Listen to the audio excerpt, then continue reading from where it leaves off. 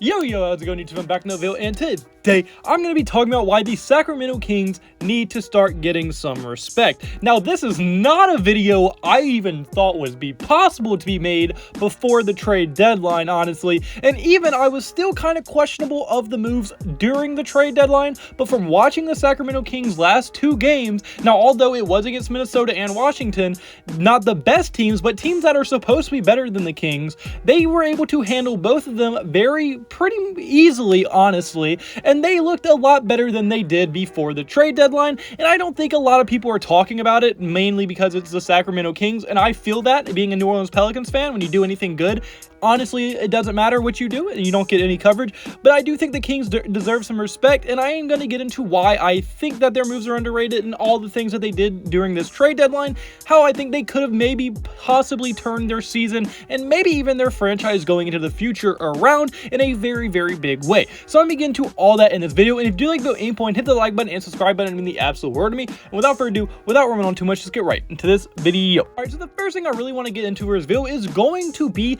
the trades that they actually did make during the deadline themselves. The first trade they made was the Sacramento Kings received domantis, sabonis, Justin Holiday, and Jeremy Lamb, while the Indiana Pacers got Tyrese, Haliburton, Buddy Hield, and Tristan Thompson. Now, they got a ton of shit for this trade, and in my opinion, it is nowhere near as lopsided as people made it out to think, and I'll be getting into a deeper dive of this trade later on in the video, but just know my opinion is not as negative as a lot of people is on it. It really is kind of neutral for both sides, but I'm going to get into that a little bit later. But for now, let's get into the second trade, which was the Sacramento Kings traded Marvin Bagley, and they received Donte DiVincenzo, Trey Lyles, and Josh Jackson. And now, it was a four-team trade. It was a bigger trade than that, but really, they only got rid of Marvin Bagley, and that's what they received. That's like what's important for the Sacramento Kings in this trade. So, I mean, overall, what they did, going out of the organization, they lost Marvin Bagley, Tyrese Haliburton, and Buddy Hield, which are three very solid players. And honestly, I mean, looking at that, you would think they lost a lot of talent,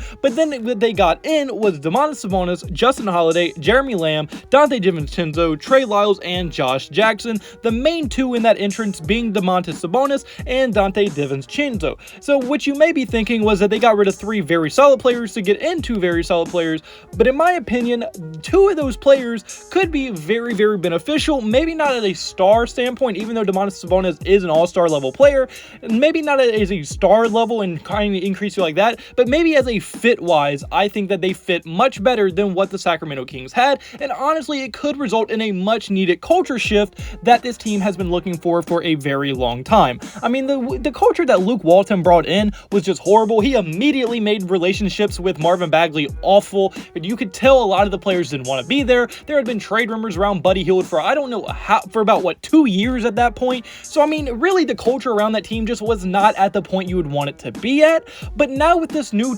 regime that they have in, an interim coach in Alvin Gentry, new players coming in that probably want to play there, and maybe even new re-energized players that were already on the team for this fresh start, I think their culture could be starting to shift in the right direction, and that's for the first time in a long time you can say that for the Sacramento Kings organization. All right, but now as far as why I think these moves are underrated, and really mainly the first trade they made that got absolutely just like dogged on by every media outlet possible. Now, I understand why it got dogged on, okay? Haliburton has potential to be a great player, and even as he is right now, is an extremely solid player, and he probably will be an all-star down the line and going into the future. But I mean, the fact to say that this was just a completely lopsided trade due to the only fact that they traded Haliburton, I would understand that if they didn't get domantis Sabonis. People act like domantis Sabonis isn't a 25-year-old 20-point double-double waiting to happen every single night, who's also a consistent all-star level player. Like, he is one of the better big men in the entire league, and honestly, he was the best player traded in that trade. And usually, the team that gets the best player is not the team that gets shit on for it, but in this case, it was mainly because it's the Sacramento Kings. But honestly, I don't completely agree with that, because you're banking on Haliburton becoming a better player than domantis Sabonis going into the future, which, I mean, is not by any means a guaranteed thing. Sabonis is a great player, and we've already seen that, as he probably is one of the best fits that they could find for DeAaron Fox, as I mean, he's only 25, DeAaron Fox is also around that age. They both fit very well together, they're around the same age, they have great chemistry together already. We saw that, I mean, they won a game and DeAaron Fox was already hugging the dude in their first game. They're currently 2-0. Like I said earlier, he's a 20-point double-double waiting to happen, so it's not like they gave up Haliburton and Buddy Hield for absolutely nothing. No, they got domantis Sabonis, a solidified all-star level player who's gonna stay that way for a very long time, and if anything, he's going to get better. He is still very, very young and hasn't even entered the prime of his career yet. So really, Fox and Sabonis are going to be entering their primes at around the same time, which could be a very, very good combination going into the future. And I think another big reason why everybody hated it is because they got rid of Buddy Hield. But Buddy Hield, honestly, his trade value was going down. He was coming off the bench this entire year. Now, although he was having a decent year, he wasn't having a great year, and I don't think many teams would trade a ton for him. The best offer they probably got outside of this one that I heard of was they got Russell Westbrook for Buddy Hield, but I mean, Russell Westbrook at this point, I wouldn't have made that trade either, and I think the Kings made the right decision putting him in this trade opposed to getting Russell Westbrook. I think they're going to benefit more and win more games with now domantis Sabonis on the roster than they would have with Russell Westbrook. So it's not like teams were knocking down the door for Buddy Hield, and if you had to put Buddy Hield to get this package,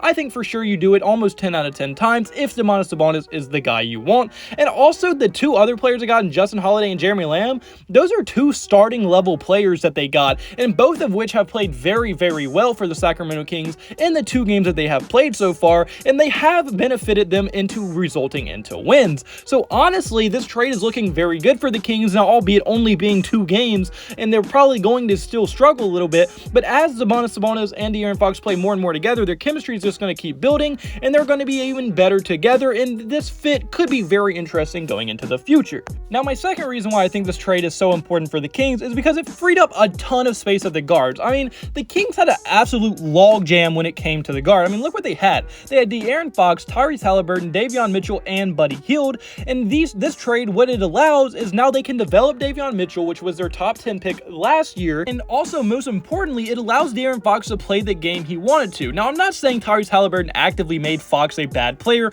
or was the result of Fox having a down year this year, but I think it's obvious just through the first 2 games, Fox is much more comfortable being able to be the only primary ball handler. With Haliburton and Fox on the court, they both kind of shared the ball handling responsibility, and they weren't able to be as ball dominant as they probably wanted. But I think from just seeing both of their first few games away from each other, they have both looked much better in the primary ball handling role, and I think DeAaron Fox should be having a little uptick in production this season, and will probably look more like the Fox we're used to seeing than the Fox we saw this season. So I think for sure getting rid of Haliburton was able to let Fox definitely open up his game more and everything, and it probably is going to also benefit someone like Davion Mitchell, who although is a great two-way level player and he can score and everything, he doesn't necessarily want to handle the ball at all times like Fox does, and he should also be able to fit much better with DeAaron Fox in a starting role, in a starting backcourt role with Fox and Mitchell, than a starting backcourt of Fox and Haliburton would together, and I just think overall this fit is going to work much, much better. And then even if you look at what they got with DiVincenzo over Buddy Hield,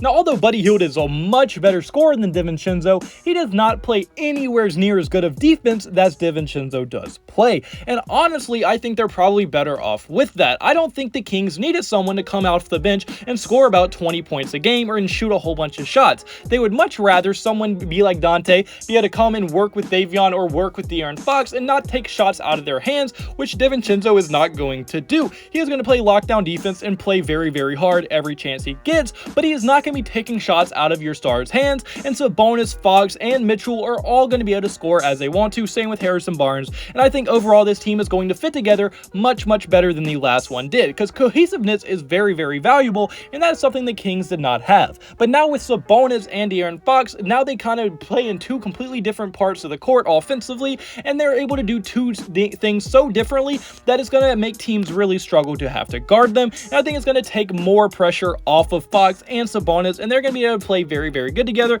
which we've already seen. Even Harrison Barnes has looked even better, and I just think the cohesiveness and the culture is really starting to change, and really starting to change for the better. And I think the Sacramento Kings probably deserve a little bit more respect than they are getting for how important these moves and how good these moves have so far started to pan out. And I do think once teams start being able to game plan better for what they're doing right now, the Kings are probably going to slow down, but I do think that they are in a much better spot than they were before the trade deadline. But unfortunately, guys, that's me for this video. So comment below, do you agree with me? Do you think the Kings made good moves? I want to hear your thoughts in the comment section below. Who do you think won them? I just want to hear all that in the comments. And I hope you have a blessed day. Have a blessed day. So you need to have a blessed day. All glory to God. See you in the next video. Goodbye. Boo. Blah.